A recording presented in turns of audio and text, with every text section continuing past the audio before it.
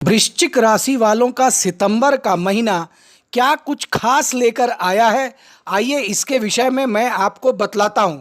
देखिए, वृश्चिक राशि वालों के गोचर कुंडली में बृहस्पति छठे स्थान में मौजूद हैं और वहां पर पहले से राहु मौजूद हैं और इसकी वजह से गुरु चांडाल योग का निर्माण हो रहा है। शनि चौथे भाव और तीसरे भाव के स्वामी के रूप में चौथे भाव में मौजूद है और इसी के आधार पे वृश्चिक राशि वालों का मैं आइए विस्तार से यह बतलाता हूं कि आपका कार्य क्षेत्र, आर्थिक, स्वास्थ्य और पारिवारिक जीवन सितंबर का महीने में कैसा रहने वाला है। तो सबसे पहले कैरियर के लिहाज से यह सितंबर का महीना वृश्चिक राशि वालों के लिए कैसा रहेगा। कैरियर के लिहाज से अगर देखा जाए तो आपको इस महीने अनुकूल प्रतिकूल दोनों तरह के परिणाम प्राप्त होंगे, क्योंकि शनि आपके चौथे भाव में स्थित हैं। शनि की इस स्थिति के कारण हो सकता है कि आप अपने काम समय पर पूरे ना कर पाएं।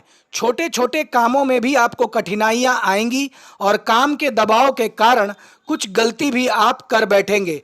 इसलिए आपको काम पर ज़्यादा ध्यान देने की जरूरत है और सावधानी भी आपको बरतना बेहद आवश्यक होगा। अब आइए मैं आपको बतलाता हूं कि आर्थिक दृष्टि से यह सितंबर का महीना कैसा रहेगा। देखिए, अगर आर्थिक पक्ष की हम बात करें तो इस महीने आपको आय और लाभ दोनों ही स्थितियों से गुजरना होगा। छठे भाव में बृहस्पति स्थित होने के कारण आपको भारी खर्चों का सामना करना पड़ सकता है। कभी कभी स्थितियां आपके नियंत्रण से बाहर हो सकती है और आप अपने खर्चों को पूरा करने के लिए कोई ऋण या लोन भी ले सकते हैं। दूसरी ओर केतु आपके 12वें भाव में मौजूद है, जो कि आपकी मुश्किलें बढ़ा सकता है, जैसे कि भारी कर्ज इत्यादि। अब आइए मैं आपको बतलाता हूं कि आपका स्वास्थ्य की दृष्टि से यह सितंबर का महीना कैसा रहेगा। देखिए, अगर सेहत के लिहाज से देखें तो आमतौर पर इस महीने आप अपना स्वास्थ्य बेहतर बनाए रखने में सक्षम होंगे, क्योंकि छठे भाव में राहु स्थित है और छठे भाव का राहु एक अच्छा परिणाम देता है। लेकिन बृहस्पति आपके छठे भाव में दूसरे और पांचवें भाव के स्वामी के रूप में मौजूद रहेंगे। शनि पहले से ही चौथे भाव में विराजमान है और ऐसे में आपको अपनी माताजी के स्वास्थ्य के लिए थोड़ा धन खर्च करना पड़ सकता है, क्योंकि उनकी सेहत में गिरावट आने की आशंका है। राशि स्वामी मंगल अनुकूल अवस्था में 11वें भाव में बैठे हुए हैं और जिसके प्रभाव स्वरूप आपको अच्छे स्वास्थ्य का वरदान मिलेगा।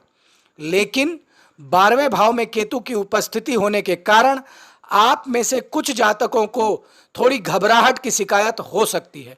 अब आइए मैं आपको बतलाता हूं कि प्रेम और वैवाहिक दृष्टि से यह सितंबर का महीना कैसा रहने वाला है।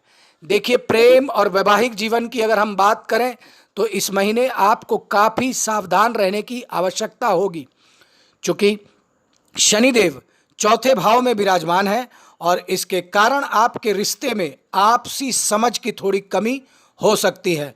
दूसरी ओर 12वें भाव में केतु की मौजूदगी प्रेम भाव को कमजोर कर सकती है और इसके अलावा दूसरे और पांचवें भाव के स्वामी के रूप में बृहस्पति छठे भाव में स्थित है, जिसके परिणाम स्वरूप उन लोगों को औसत फलों की प्राप्ति हो सकती है जो पहले से ही किसी रिलेशनशिप में हैं।